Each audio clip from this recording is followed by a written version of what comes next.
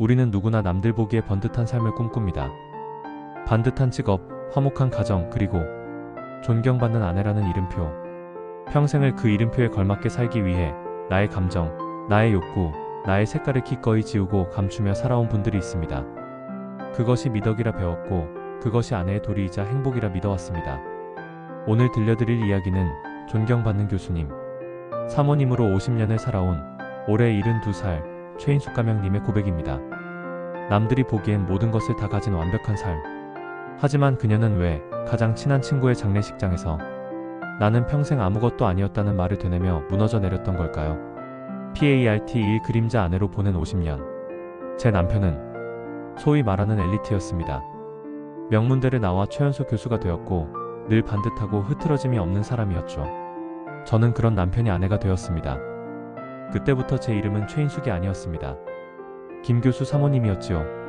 남편이 삶은 모든 것이 정해진 규칙대로 흘러갔습니다. 아침 6시 기상, 7시에는 반드시 맑은 장국과 갓 지은 쌀밥, 그리고 생선구이가 올라가야 했습니다. 남편은 비린내를 싫어해서 저는 꽁치나 고등어처럼 냄새나는 생선은 결혼하고 50년간 단 한 번도 식탁에 올려본 적이 없습니다. 사실 저는 그 고등어 자반을 참 좋아했는데도 말입니다. 저의 가장 중요한 일과는 남편의 내조였습니다. 남편의 동료들이나 제자들이 집에 방문하는 날이면 저는 며칠 전부터 장을 보고 밤새 음식을 만들었습니다. 사람들은 제게 역시 사모님 음식 솜씨는 호텔급이라며 칭찬했지만 정작 남편은 손님 맞이는 아내의 당연한 도리라며 단 한 번도 고생했다는 말을 한 적이 없습니다. 제 옷차림도 마찬가지였습니다. 남편은 교수 아내는 품위가 있어야 한다며 늘 베이지색, 회색, 남색의 단정한 옷만 입기를 원했습니다. 제가 언젠가 화사한 꽃무늬 원피스를 입고 싶다고 하자 경박해 보이니 당장 벗으시오.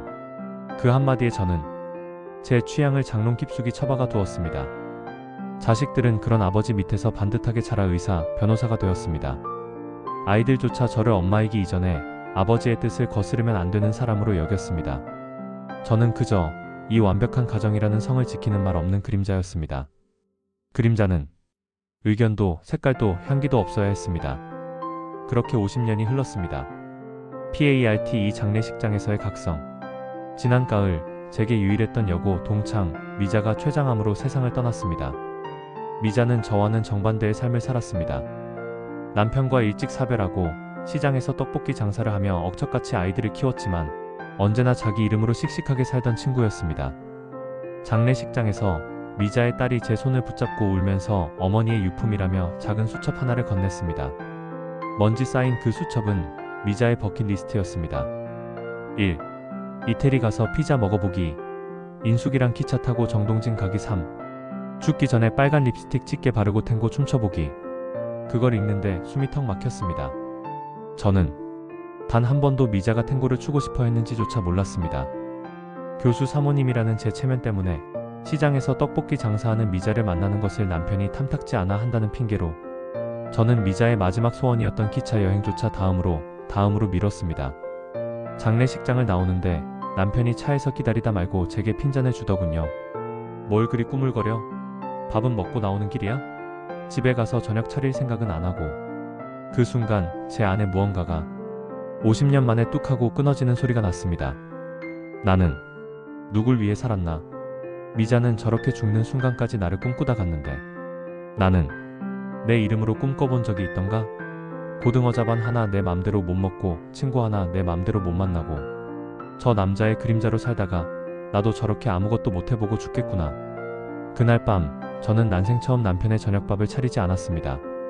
PART 3 70세의 나를 찾기 위한 반란. 저의 첫 번째 반란은 아주 작은 것이었습니다. 다음 날 저는 홀로 백화점에 갔습니다. 그리고 제 평생 입어본 적 없는 아주 새빨간 스카프를 하나 샀습니다. 집에 돌아와 그 스카프를 목에 두르자 남편이 혀를 차며 말했습니다. 나이값도 못하게. 흉측하군. 예전 같았으면 당장 풀었겠지만 저는 그 스카프를 풀지 않았습니다. 그냥 말없이 남편을 쳐다봤습니다. 남편은 제 그런 눈빛이 처음이었는지 쯧하고 혀를 차며 서재로 들어가 버렸습니다. 두 번째 반란은 흙이었습니다.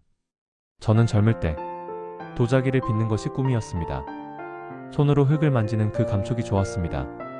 남편에게 말했다가 쓸데없는 짓이라며 면박을 당하고 접었지요.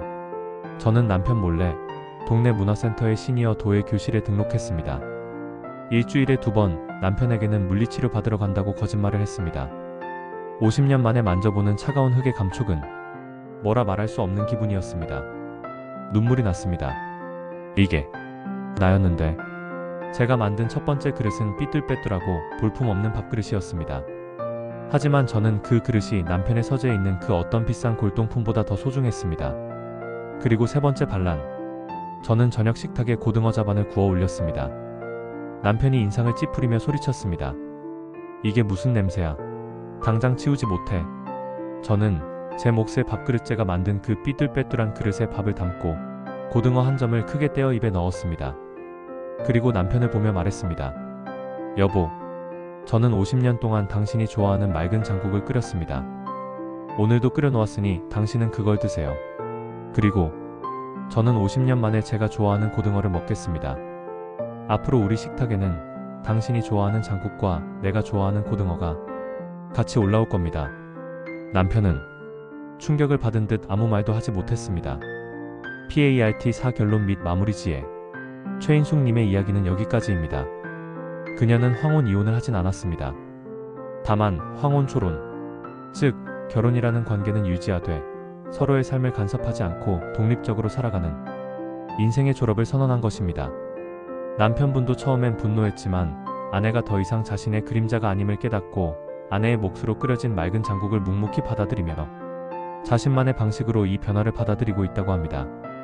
최인숙님은 지금도 도예 교실에 다닙니다. 그녀가 만든 찻잔에 그녀가 좋아하는 차를 마십니다. 그녀는 말합니다. 내 인생 70년 만에 내가 숨을 쉬는 것 같아요. 사랑하는 우리 어머님, 아버님들, 혹시 남편이 아내로, 자식의 엄마로 그 역할에 갇혀 나를 잃어버리진 않으셨습니까? 늦지 않았습니다. 우리의 인생은 누군가를 위해 존재하는 것이 아닙니다. 나 자신을 위해 존재합니다. 오늘 여러분이 평생 참고 살았던 그 고등어 자반은 무엇인가요? 여러분이 남몰래 숨겨두었던 그 빨간 스카프는 무엇인가요? 댓글로 여러분의 진짜 이야기를 들려주세요. 여러분의 용기 있는 두 번째 삶을 진심으로 응원합니다. 오늘 이야기가 가슴에 남으셨다면 구독과 좋아요로 함께 해주세요. 다음 시간에 더 깊은 이야기로 돌아오겠습니다. 늘 평안하십시오.